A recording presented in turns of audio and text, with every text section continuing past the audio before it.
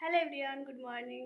আশা করি তোমরা প্রত্যেকে যে যেখান থেকে আমার ভিডিওটি দেখছো ঈশ্বরের আশীর্বাদে প্রত্যেকে খুবই ভালো আছো এবং সুস্থ আছো। আমিও কিন্তু বেশ আছি। উদিতার হ্যাপি ফ্যামিলিতে আরও একটি নতুন ভিডিওর সাথে আমার সকল বন্ধুদের অনেক অনেক ভালোবাসা ওয়েলকাম জানিয়ে আজকের ভিডিওটি শুরু করলাম আমি ওই সকাল 9টা থেকে। আমার কিন্তু স্নান করা হয়ে গেছে, মামামকে স্কুলে পাঠিয়ে দিয়েছি। এখন হচ্ছে মামামকে আনতে যাব। আর মামামের স্কুল ছুটি হচ্ছে 9টা 40-এ হয়, আর আমি 9টা 30 নাগাদ হচ্ছে বেরোবো। তবে আমি একা যাব না, মামামের পাপাও যাবে। আর এই সুযোগে আমি হচ্ছে আমার ঘরের কাজবাজ কিছুটা এখন করে নেব, কেননা সবটা করতে গেলে অনেকটাই লেট হয়ে যাবে। তাই এই যে ঘরের বিছানাটা এখন আমি গুছিয়ে নেব। আর মামামের পাপা হচ্ছে বাথরুমে গেছে স্নান করতে, স্নান করে বেরোলেই আমরা হচ্ছে চলে যাব মামামকে আনতে। ভিডিওটি তোমরা দেখতে থাকো, আশা করি আজকের ভিডিওটি তোমাদের খুবই ভালো লাগবে। আমার যে সকল বন্ধুরা এখন আমার ভিডিওটি দেখছো সেই সকল বন্ধুদের কাছে অনুরোধ করছি, ভিডিওটি দেখার শুরুতে একটি লাইক দিয়ে দেখা শুরু করো এবং ভিডিওটি দেখার শেষে ছোট্ট করে একটি মিষ্টি কমেন্ট করে জানিও আমার ভিডিওটি তোমাদের কেমন লাগলো। এই যে এখন আমি প্রথমে বিছানাটা গুছিয়ে নেব। আজ মাম্মামকে স্কুলে যাওয়ার কারণ, প্রথমত মাম্মাম যখন স্কুলে গেছে তখন না প্রচুর কান্নাকাটি করেছে। আসলে মাম্মাম ঘুম থেকে উঠতে চাইছিল না, মাম্মামকে জোর করে ঘুম থেকে তুলে দিয়েছি। তার জন্যে মাম্মাম প্রায় 5 মিনিট মতন কান্নাকাটি করেছে। আর যেহেতু কান্নাকাটি করে স্কুলে গেছে, আমার না ভালো লাগছিল না, আর বাড়িতে তেমন একটা কাজও নেই। ভাবলাম যাই মাম্মামকে নিয়ে আসি। তারপর আবার গতকাল মাম্মামের স্কুলে একটা বই জমা রাখার কথা ছিল। গতকাল মাম্মাম স্কুলে যায়নি।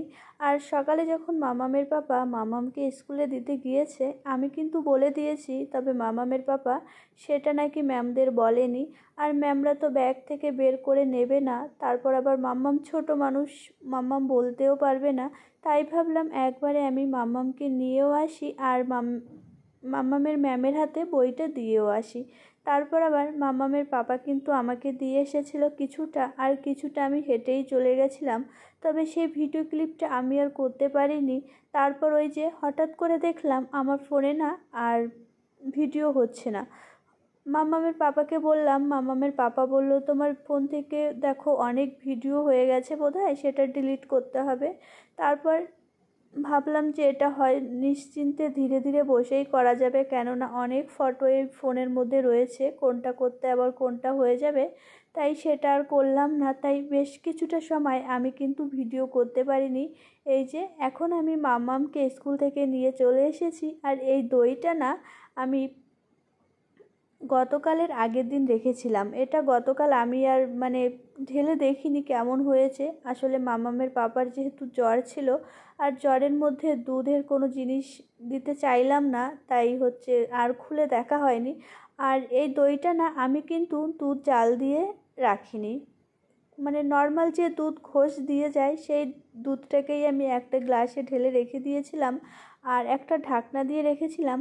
তাতে করে দইটা কিন্তু খুব সুন্দর হয়েছে। তবে দইটা না খেতে একটু টক বেশি লাগে, তবে বাড়ির প্রত্যেকেই খেয়ে নেয়, তেমন একটা অসুবিধা হয় না।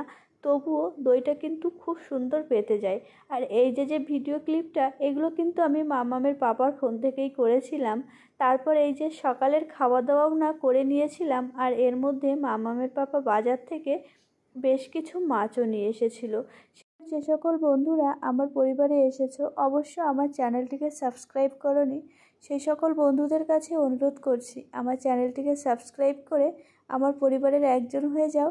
তারপরে মিষ্টি একটি কমেন্ট করে দিয়ে যাও, আর সেই কমেন্টের ভিত্তিতে আমি কিন্তু তোমাদের পরিবারে পৌঁছে যাব। তবে একটু অপেক্ষা করতে হবে। প্রত্যেকটা জিনিসেরই তো একটা নিয়ম রয়েছে, সেই নিয়ম মেনে তোমাদের ভালোবাসার প্রতিদান নিয়ে আমি কিন্তু ঠিক তোমাদের কাছে পৌঁছে যাব। তবে একটু অপেক্ষা করতে হবে। তোমরা যদি আমাকে একটি মিষ্টি কমেন্ট করে দিয়ে যাও, অবশ্য চ্যানেলটিকে সাবস্ক্রাইব না করো, তাহলে আমি কি তোমাদের পরিবারে যাব বলো? আমার যাওয়াটা ঠিক হবে?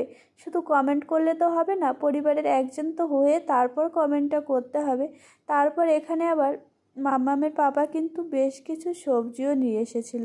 মনে হচ্ছে একদম সবজি বাজার নিয়ে বসে পড়েছি।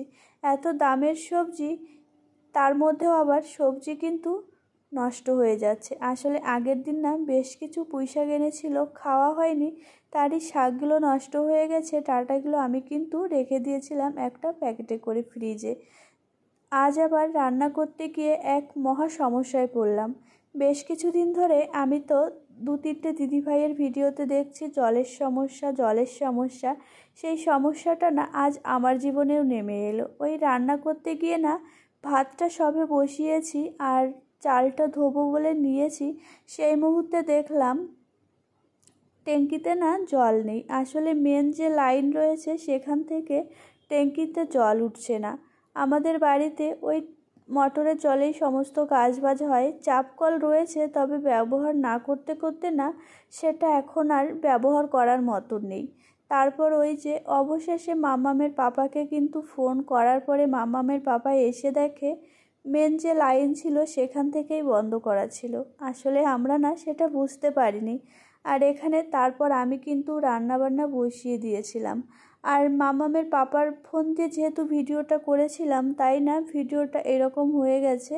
আর যাই হোক, তোমরা একটু মানিয়ে নিও। আর মাছটা না বোয়াল মাছ, যেহেতু তেলে দিলে প্রচণ্ড পরিমাণে ছিটকাবে, তাই একটু বাঁচার জন্যে নুন হলুদের সাথে আমি কিন্তু একটু সরিষার তেল দিয়ে নিয়েছি। তবে সেটার কারণে অনেকটা কম ছিটকিয়েছে, তবে ছিটকিয়েছে। আর দূর থেকে একটু নেড়ে দিয়েছি, তবে তেমন একটা অসুবিধা হয়নি। এখানে এই যে আমি মাছগুলোকে না সুন্দর করে ভেজে নিয়েছি। আর এখানে কড়াইটাও বসিয়ে দিয়েছি। কড়াইয়ের মধ্যে এখন আমি তেল দিয়ে দেব। আর এখানে আমি মশলাটাও করে নিয়েছি। মশলা বলতে জিরে, আদা, পেঁয়াজ, রসুন, লঙ্কা আর একটা টমেটো কেটে নিয়েছি, সাথে কিছু পেঁয়াজ কুচি কুচি করে কেটে নিয়েছি। আর পুরোটা মশলা কিন্তু আমি হাতে করে নিয়েছি। আর এখানে আমি দিয়ে দিয়েছি কিছুটা সরিষার তেল। আর সরিষার তেলের মধ্যে আমি না কিছু গোটা জিরে দিয়ে দেব। আর তেলটা না খুব একটা গরম হয়েছিল না, তবে গরম হয়েছিল। সরিষার তেল তো একটু গরম বেশি হলে ভালো হয়। তাছাড়া রান্নাবান্না করতে না পারলে যা হয়, আর প্রত্যেক দিন না প্রত্যেকটা মানুষের রান্নাবান্না ঠিকঠাক হয়ও না।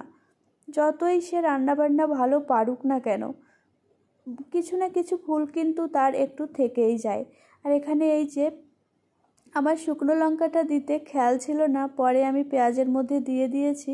আর এই মশলাটার মধ্যে এখন আমি কিছুটা জল দিয়ে দিয়েছি আর লবণ হলুদ দিয়ে আস্তে আস্তে কিছুটা টাইম আমি ভালো করে কষিয়ে নিয়ে ঝোল দিয়ে দেব।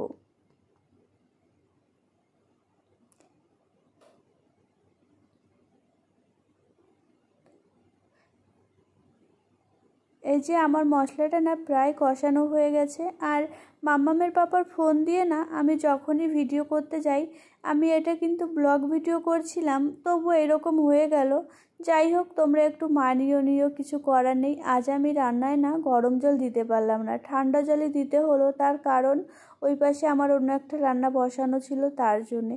আর এখানে আমি এই যে কিছু গোটা গরম মশলা রেখে দিয়েছিলাম, যেহেতু বোয়াল মাছ একটু গরম মশলা না দিলে না ভালো লাগে না। আর এটাও আমি একটা দিদিভাইয়ের ভিডিওতে দেখেছিলাম, দিদিভাই ওখানে রেখে দেয়, একটু গরম হলে না তাড়াতাড়ি ভেঙে যায়, সত্যিই তাই। তারপর এখানে এই যে ঝোলটা জাল হয়ে গেলে আমি কিন্তু একে একে মাছগুলো দিয়ে দিয়ে কিছুটা টাইম জাল দিয়ে যখন দেখব ঝোলটা একটু কমে কমে গেছে, তখন মাছটাকে নামিয়ে নেব। যাই হোক, আমার ভিডিওটি কেমন লাগলো অবশ্যই কিন্তু তোমরা কমেন্ট করে জানিও। আর দেখা হচ্ছে আগামীকাল আরও সুন্দর একটা নতুন ভিডিওর সাথে।